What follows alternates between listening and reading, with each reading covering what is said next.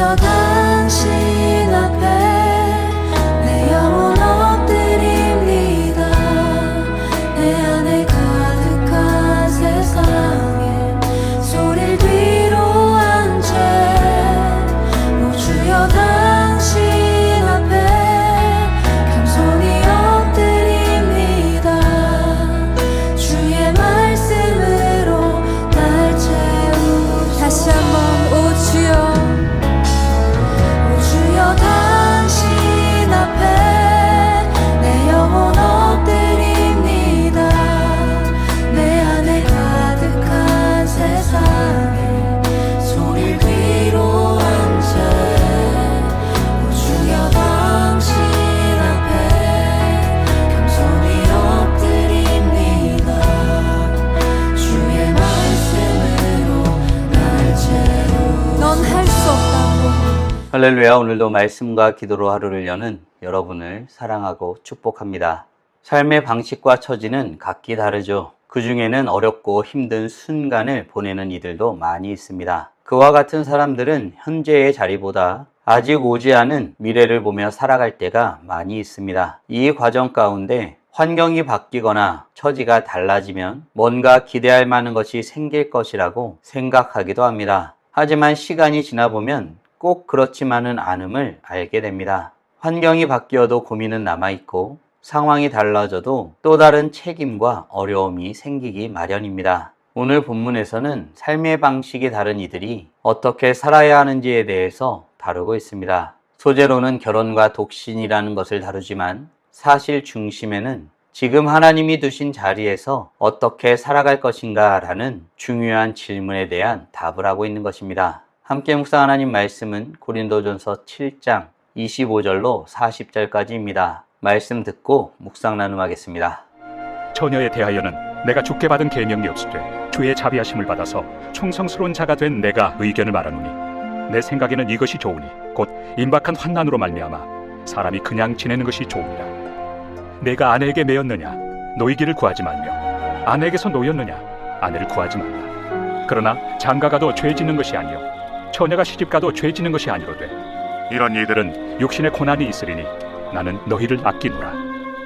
형제들아 내가 이 말을 하노니 그때가 단축하여진 고로 이후부터 안에 있는 자들은 없는 자같이 하며 우는 자들은 울지 않는 자같이 하며 기쁜 자들은 기쁘지 않은 자같이 하며 매매하는 자들은 없는 자같이 하며 세상 물건을 쓰는 자들은 다 쓰지 못하는 자같이 하라. 이 세상의 외형은 지나감이니라.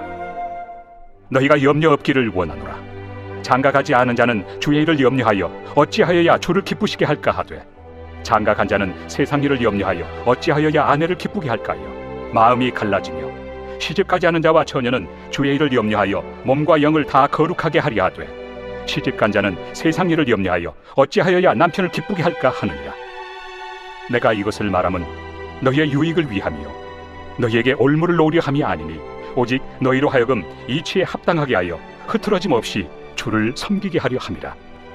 그러므로 만일 누가 자기의 약혼에 대한 행동이 합당하지 못한 줄로 생각할 때 그 약혼의 홍기도 지나고 그같이 할 필요가 있거든 원하는 대로 하라. 그것은 죄 짓는 것이 아니니 그들로 결혼하게 하라. 그러나 그가 마음을 정하고 또 부득이한 일도 없고 자기 뜻대로 할 권리가 있어서 그 약혼녀를 그대로 두기로 하여도 잘하는 것이니라.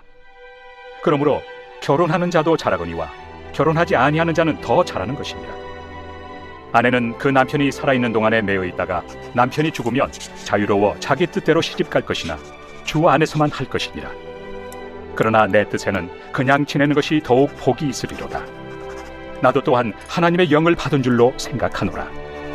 오늘 본문은 바울이 결혼과 독신에 대해서 다루는 내용입니다. 당시 고린도 교회는 여러 혼란 가운데 있었는데 어떤 사람들은 결혼 자체를 부정적으로 보았고 어떤 사람들은 세상의 방식대로 살아가려 했습니다. 이에 바울은 결혼도 하나님의 선물이며 독신도 하나님의 선물이라고 가르치지요. 개혁주의 관점에서 보면 결혼과 독신은 우열의 문제가 아닙니다. 하나님께서 각 사람에게 주신 소명과 섭리의 영역이죠. 중요한 것은 자신의 상태를 불평하는 것이 아니라 하나님께서 허락하신 자리에서 하나님을 영화롭게 하는 데에 있습니다. 바울도 모든 것을 아는 것은 아니죠. 하나님의 말씀 앞에 삶이라는 것은 복잡하게 얽혀 있기 때문입니다. 바울은 자신의 처지와 다른 이들을 이해하지 못하는 부분도 있을 것입니다. 그러나 어떻든 하나님을 믿는 사람들이 마지막 때에 어떻게 살면 좋겠다고 바울은 말하고 있을까요? 26절, 27절입니다. 내 생각에는 이것이 좋으니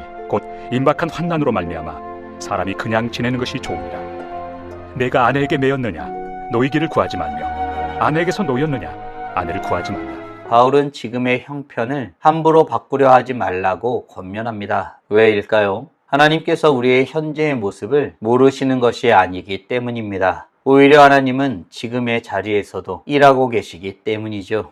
우리는 종종 지금의 삶의 형편이 좋지 않으니 하나님이 나의 삶의 앞날에는 일하게 되실 것이라고 생각할 때가 있습니다. 취업을 하게 되면, 결혼을 하게 되면, 은퇴를 하게 되면 등등 말입니다. 지금은 당장 아니지만 앞날에는 역사하실 것이라고 믿는 것이죠. 그리고 그때 비로소 하나님을 섬길 수 있을 것이라 생각하기도 합니다. 하지만 성경은 그렇게 말하지 않습니다. 하나님은 미래만을 다스리시는 분이 아니죠. 지금 우리를 다스리시는 분이십니다. 요셉은 감옥에서 하나님의 일을 배웠고 모세는 광야에서 부르심을 받았으며 다윗은 들판에서 왕으로 준비되었습니다. 하나님은 늘 지금의 자리에서 사람을 빚으시는 분이십니다. 사랑하는 성도 여러분, 나는 하나님께서 내가 있는 지금의 자리에서 나를 훈련하고 계심을 믿고 있나요? 바라기는 삼위일체 하나님은 지금의 삶을 사는 우리의 하나님이 되심을 믿고 지금의 자리에서 하나님의 영광을 위해 어떤 모습으로 어떻게 살아야 할지를 구하면서는 복된 하나님의 자녀들 되길 간절히 소원합니다. 바울은 각자의 삶을 인정합니다. 그리고 그 삶 안에서 하나님의 뜻 가운데 살아가도록 권면합니다. 이것이 가장 중요한 가치이지요. 결혼하는 것이 죄는 아니지만 그 결정에는 수고로움이 있기 마련입니다. 그러니 주님을 위한 인생을 살기 위한다면 삶에 대한 태도와 방향을 분명히 해야 할 것입니다. 지금 이런 때, 마지막이 가까워지는 이때에 바울은 어떻게 살아야 한다고 말하고 있을까요? 29절, 31절입니다. 형제들아 내가 이 말을 하노니 그때가 단축하여진 고로 이후부터 안에 있는 자들은 없는 자같이 하며 세상 물건을 쓰는 자들은 다 쓰지 못하는 자같이 하라. 이 세상의 외형은 지나감이니라. 바울은 지금의 때에 대해서 말합니다. 주님이 오시는 때가 얼마 남지 않은 지금 말입니다. 분명한 사실은 이 세상의 외형은 지나간다는 것입니다. 우리가 붙들고 있는 수많은 것들이 영원하지 않다는 뜻이기도 합니다. 직장도, 재산도, 명예도, 건강도, 결혼도 모두 이 땅의 질서 안에 있는 제한적인 것들입니다. 물론 이것들이 중요하지 않다는 뜻은 아닙니다. 하지만 이것들이 우리의 최종의 목적이 되어서는 안 되겠지요. 성경은 언제나 하나님 나라를 먼저 보게 합니다. 예수님도 너희는 먼저 그의 나라와 그의 의를 구하라 라고 말씀하셨지요. 사람은 눈앞의 문제를 크게 보지만 하나님은 영원한 나라를 바라보게 하십니다. 그래서 성도는 세상을 살아가지만 세상에 묶이지 않습니다. 우리는 세상만을 위해 살아가는 이들이 아닙니다. 사랑하는 성도 여러분, 지금 내 마음을 가장 많이 차지하고 있는 것은 무엇인가요? 바라기는 주님의 때가 가까이 옴을 고백하며 지나갈 세상 속에서 어떻게 주를 기쁘시게 할까 구하며서는 복된 하나님의 자녀들 되길 간절히 소원합니다. 바울은 하나님을 위한 삶을 살아야 한다고 말합니다. 그러나 결혼은 온전한 하나님을 위한 삶의 방해 요소가 될 수도 있습니다. 결혼을 하지 않은 사람들은 주님을 위해 어찌 살까를 고민하게 되지만 결혼한 사람은 서로를 위해 어떻게 기쁘게 할까 고민하게 되기 때문이죠. 바울은 이 사실을 우려한 것입니다. 그럼에도 바울이 이런 권면을 하는 이유가 무엇이라고 말하고 있을까요? 35절입니다. 내가 이것을 말함은 너희의 유익을 위함이요 너희에게 올무를 놓으려 함이 아니니 오직 너희로 하여금 이치에 합당하게 하여 흐트러짐 없이 주를 섬기게 하려 함이라.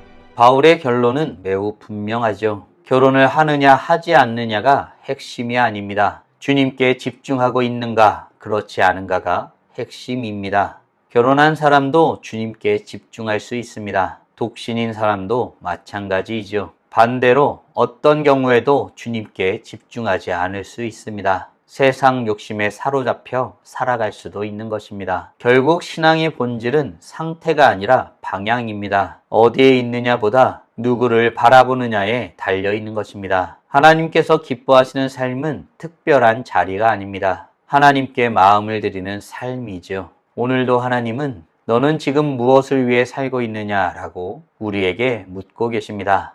사랑하는 성도 여러분, 오늘 우리는 바울의 결혼과 독신에 대해서 다루는 내용을 묵상하였습니다. 다음 질문들을 통해 말씀을 정리하고 더 깊게 묵상해 보기 원합니다. 하나님께서 허락하신 지금의 자리를 감사함으로 받아들이고 있나요? 아울러 나는 세상의 성공보다 하나님 나라를 더 중요하게 여기고 있나요? 하나님을 기쁘시게 하며 살아가기 위해 지금 당장 할 수 있는 일은 무엇이 있을까요?